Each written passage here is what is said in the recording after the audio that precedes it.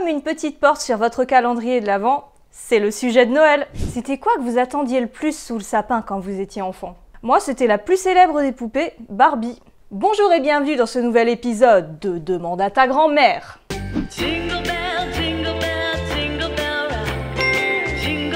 L'idée de la poupée Barbie est venue à l'esprit de l'américaine Ruth Handler, cofondatrice de l'entreprise Mattel, lorsqu'elle regarde sa fille Barbara jouer avec des paper dolls à qui elle inventait des histoires d'adultes. Les paper dolls, c'est simple, ce sont des genres de poupées en papier ou carton à découper, avec des vêtements qui avaient des petites languettes à plier et qu'on pouvait accrocher sur la poupée pour l'habiller. Dans les années 40, certaines d'entre elles représentaient même des célébrités, comme par exemple l'actrice Rita Hayworth. C'est vrai qu'à ce moment-là, la plupart des poupées proposées pour les petites filles représentaient des bébés ou des enfants. Ruth pensa alors à créer une poupée aux proportions adultes parce qu'elle trouvait injuste que les petites filles n'aient que des jouets qui leur enseignent la maternité, alors que les garçons pouvaient s'imaginer pompiers, docteurs ou astronautes. Les poupées dites mannequins qui représentent des adultes ont commencé à apparaître dans les années 20.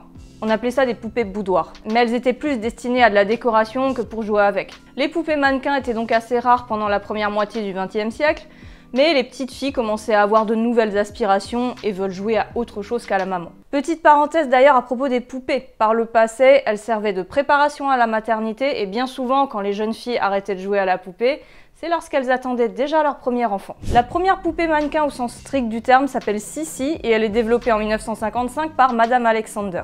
Avec un corps d'adulte et une garde-robe super glamour, de la lingerie, des chaussures à talons. Ensuite, forcément, quand quelque chose marche, la concurrence se jette dessus, et ça dès 1956. La marque Ideal lance la poupée Revlon, oui, la marque de maquillage, vendue comme étant la plus belle poupée du monde. Elle a aussi une garde-robe très élégante et très riche à la mode des années 50. Je suis la seule à trouver ça super bizarre, genre elles ont des têtes et des gros bras de bébé, mais elles font adultes.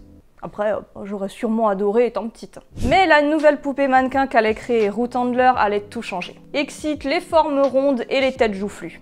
Lors d'un voyage en Europe, et plus précisément en Allemagne, Ruth Handler tombe sur une drôle de poupée aux longues jambes vendue par le tabloïd allemand Bild aux adultes. Bild Lily, une femme blonde plutôt sexy et provocante inspirée d'un personnage de BD inventé par Reinhard Beuthen, dont les planches étaient publiées dans le magazine. Le genre de BD avec des bonnes blagues de beauf bien sexistes. La poupée en polystyrène était vendue comme un cadeau rigolo pour les adultes chez les marchands de journaux. Elle avait aussi une garde-robe à la mode des années 50 et bien que destinée à la base aux adultes, les enfants aimaient jouer avec elle et ses vêtements. Ruth a eu un coup de cœur pour cette poupée et décide d'en acheter pour les ramener aux États-Unis. Elle y apporte quelques modifications et c'est le 9 mars 1959 à la Toy Fair de New York qu'est née Barbara Millicent Roberts, une jeune mannequin de 29 cm qui deviendra mondialement connue sous le nom de Barbie, vendue par l'entreprise Mattel. Vêtue d'un maillot de bain à rayures noir et blanc, que j'aimerais trop avoir le même, elle est disponible en blonde et en brune et possède sa collection de vêtements vendus séparément. Barbie s'appelle Barbara en référence à la fille de Ruth. La première année, plus de 350 000 poupées ont été vendues. C'est le début du succès pour Barbie. En 1961, elle reçoit l'accessoire ultime, son petit ami Ken, comme Kenneth, le fils de Ruth. Bon, on est d'accord, il est pas ouf, hein.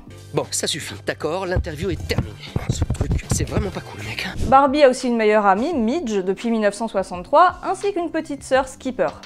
En 1968, Mattel introduit également Christy, l'amie afro-américaine de Barbie. De nombreuses autres poupées s'ajouteront avec le temps. Quand tout ça est arrivé aux oreilles des Allemands, ils ont essayé de faire un procès à Mattel pour avoir copié Bild Lily, mais Mattel a racheté les droits et Lily a cessé d'être produite. Barbie est une véritable révolution. Comme l'a voulu sa créatrice, elle n'enseigne pas la maternité aux petites filles, mais qu'elles peuvent être absolument tout ce qu'elles veulent et qu'elles avaient le choix pour tout. Astronautes, médecins, ingénieurs et même candidates à la présidence des États-Unis.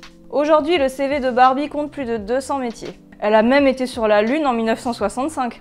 4 ans avant Neil Armstrong. À travers le temps, le visage de la poupée ainsi que ses vêtements ou accessoires changent avec les modes. Elle se doit d'être toujours à la pointe de la mode pour parler à toutes les petites filles de toutes les générations. De nouveaux accessoires, maisons, voitures, chevaux et de nombreuses collections de vêtements sont introduites chaque année. Moi j'ai grandi dans les années 90 et j'étais folle de Barbie, j'avais une collection énorme et un gigantesque sac rempli de vêtements. Une de mes préférées, c'était la Barbie Secret Hearts. Elle avait une robe où quand on passait un glaçon dessus, il y a des cœurs roses qui apparaissaient. Il y avait le Ken assorti, mais bon, ça on s'en fout, pas vrai? Non, sans blague. Excusez-moi, vous disiez, je n'écoutais pas. Dès le départ, Barbie a suscité quelques controverses. Au début, certains parents n'étaient pas convaincus parce que la poupée avait des formes adultes beaucoup trop marquées selon eux. Et figurez-vous que j'ai eu récemment une publicité Barbie sur Instagram et j'ai encore vu des commentaires qui disent qu'elle n'est pas adaptée aux enfants parce qu'elle a de la poitrine et du maquillage. Mais bon, ça semble pas déranger les filles, ni la minceur de la poupée qui fait encore débat aujourd'hui. Tellement qu'il y a une étude finlandaise en 94 qui n'avait que ça à faire que de dire que si Barbie existait, elle aurait pas assez de graisse pour être capable d'avoir ses règles. Franchement, il y a des gens qui sont payés à faire n'importe quoi. Mademoiselle Hortense, venez voir, vite, venez voir. Me voici, professeur Thibault, qu'avez-vous découvert? Regardez.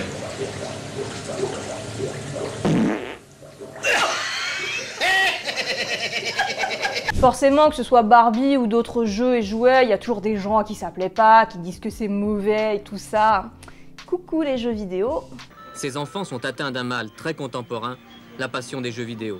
Mais ça reste une poupée iconique qui plaît encore aujourd'hui et qui, mine de rien, d'après de nombreux témoignages de femmes, depuis les années 50, a atteint son but. Jouer avec Barbie a permis à ces femmes de sortir des rôles restrictifs de la femme, car elle leur a montré qu'elle pouvait être indépendante financièrement et faire le métier qu'elle voulait. Et je dois dire que c'est pareil pour moi en fait. Très tôt, j'ai su que je voulais pas être maman. Les bébés, ça m'a jamais intéressé, donc j'aimais pas jouer avec des poupons. Avec Barbie, j'ai pu jouer à d'autres versions du bonheur, comme tout simplement se marier, avoir une maison, puis en fait faire tout ce que je veux de ma vie, quoi. Et puis avoir plein de vêtements, c'est cool. Et en ce qui concerne le physique de Barbie, franchement, je me suis jamais posé la question. Vous croyez vraiment qu'une gamine de 6 ans qui joue avec une poupée se demande si son physique serait pas mauvais pour son image? Je crois pas. C'est une poupée, quoi. Elle est pas censée représenter une vraie personne. Les critiques disaient que les petites filles voudront ressembler à Barbie et pouvaient donc devenir anorexiques. Alors oui, c'est possible parce qu'il y a des dérives partout, mais je pense pas que ce soit une généralité, faut pas se mentir. Et vous, votre relation avec Barbie, est-ce que vous l'avez adorée ou c'était pas votre truc? C'était laquelle votre préférée? Dites-moi tout dans les commentaires. À bientôt pour une prochaine vidéo.